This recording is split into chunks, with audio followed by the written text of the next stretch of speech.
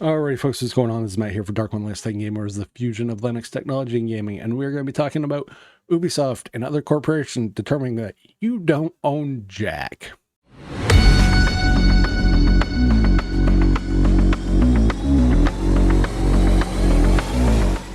So what do I mean by companies like Ubisoft and other corporations determining you don't own jack?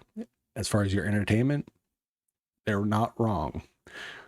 Ubisoft has recently been caught delisting games and pulling them out of your digital collection for Ubisoft Uplay, whatever fucking goddamn horrible service they are calling it currently, out of your digital library. Amazon's been caught doing this before too. And it gets you questioning, what do you actually own?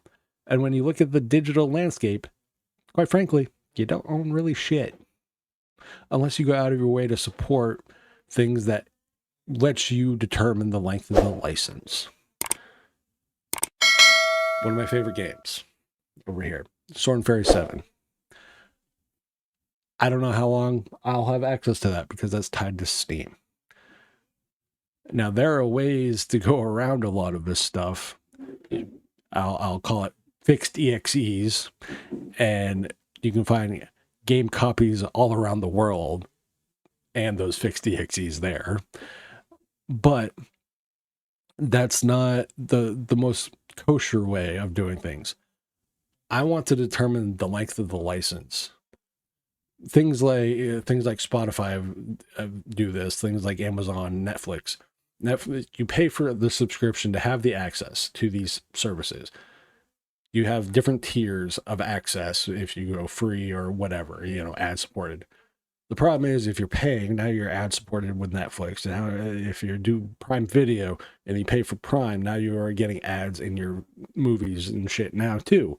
If you don't pay Spotify, you get ads every 30 minutes roughly. Lower quality on your streaming, etc.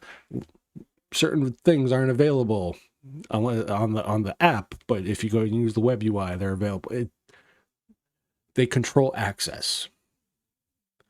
And the whole thing in the 90s and a la carte and etc. and the bitching about bundling with cables companies, all these guys are doing exactly that. They're controlling access. They are bundling shit I don't want.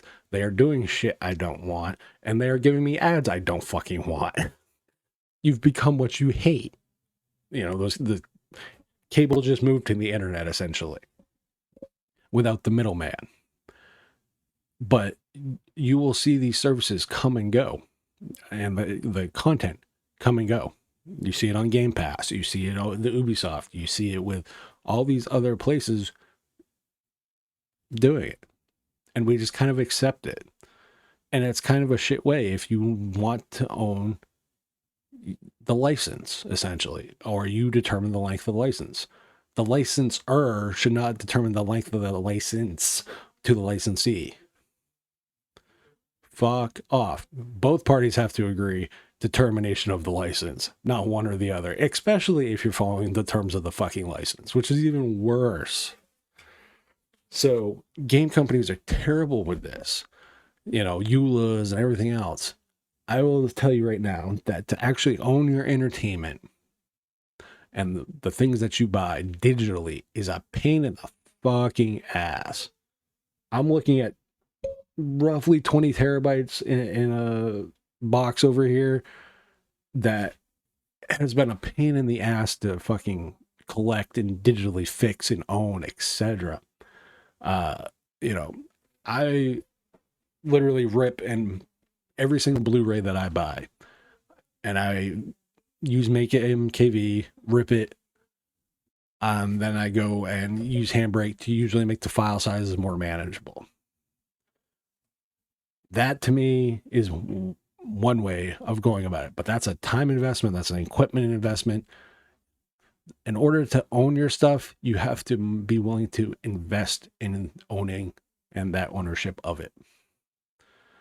And I'm finding a lot of gamers and a lot of people when it comes to digital aren't willing to put that in. So I'm looking at about 400 plus games on GOG that I own. That I have physical actual backups. I have 3 backups with each one of these that I have owned. I have bought them. I have downloaded them. I own them. But GOG makes it such a pain in the ass from the website end of it to actually do it. Go ahead and download a game like Cyberpunk. You're talking 44 gig files that you have to download individually in order to actually download that from the site. Or I could just go and use something like GOG CLI GUI tool. The Windows tool, if you want the Linux equivalent, is Wavern. That does it for you. These are for cold storage. These are for archiving. These are not for install. And GOG makes it a pain in the ass to do this stuff. Just such a headache. Then I also support sites that do bundle sales usually because it's, I don't want to call it cheap entertainment, but the entertainment that they offer coincides more with my interests. So like when Humble Bundle or Indiegala or Fanatical do a lot of these ebook sales, I buy these ebooks all the time because they're either done in EPUB or Mobi or like very portable formats that I can cold storage. I'm sitting on like 150 gigs worth of different, books and comics and all the other stuff. You have to work for it. You have to want to find it. You have to go and support the things that you truly believe sometimes. And I truly do believe in digital ownership. And a lot of people don't understand that just because you have an account doesn't mean you control the end result of that content. You don't own shit digitally. And that's a problem. And I think people are waking up to that when you see news of things like Ubisoft saying, oh, we need to get gamers comfortable with not owning their stuff. I say to companies like Ubisoft and that mentality of go fuck yourself with the biggest fucking dildo up your own ass you can, instead of trying to fuck the consumer with it.